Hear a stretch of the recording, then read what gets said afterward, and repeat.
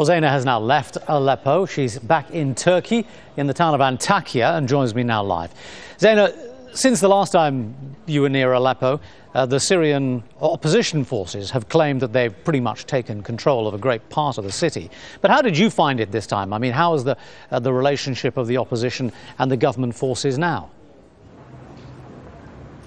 Well, I don't think anybody is winning the battle for Aleppo, not yet. The rebels stormed the city in mid-July. They were able to take over districts in a number of areas, districts, neighborhoods, but mainly Sunni districts and neighborhoods, and mainly the impoverished districts and neighborhoods. Since then, battle lines have been drawn. Opposition forces, government forces, sometimes only a few meters apart. And you know where those battle lines are. And nothing much has changed for the past few months. Those battle lines, both sides are not really making major advances. So the city, in one way or the other, is divided into pockets of territory, those under the control of the government and those under the control of the opposition. But the lines really are blurred. And what I mean by blurred is the fact that people actually cross from one area to another.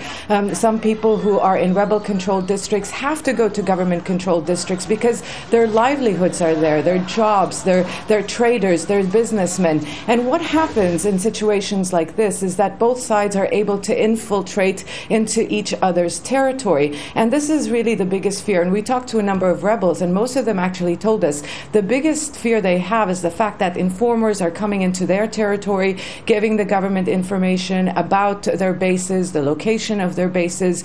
But more than that, Taimur, is the very fact that it's a city of divided loyalties. The state still has support, the opposition still has support in there, and some are also against the opposition, but not necessarily supporting the state. So it's a very, very murky situation. You don't know who is who. You may be walking in rebel territory, but those supporting the government, they could be watching you. Well, this is one of the subjects that you brought up in your report from yesterday, and that is the allegiances of the rebel groups and the suggestion that perhaps there wasn't quite the unity there now as there may have been a few months ago, with increasing support for some of the extremist parties in that area. And you speak now of pockets of resistance. So is the suggestion now that each little pocket of resistance perhaps is fighting not necessarily with each other but for their own specific interests?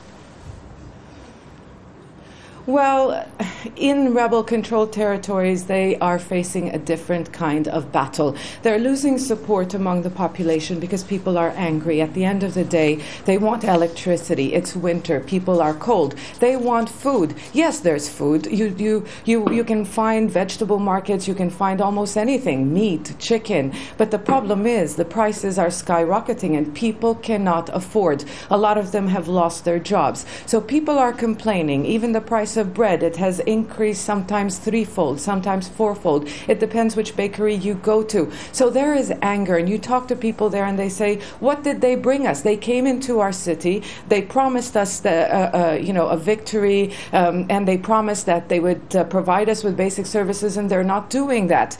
And now the Islamic groups, Jabhat al-Nusra, the more conservative groups, let's say, they do not operate under the command of the FSA. But I don't want to use the word exploit, but they are taking advantage of the situation in the sense that the FSA is not providing services. These groups, they're seen to be less corrupt.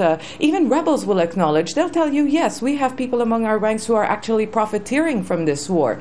So they are losing support. Islamic groups who are not under the command of the FSA, they're trying to take advantage of this situation. But at the end of the day, you talk to most people there and they say, we just want this over. One man, I asked him, when do you think this is all going to be over? He just looked at me and said, when the war in Iraq ends. Right, Zeina Khodr in Antakya in Turkey. Thanks, Zeina.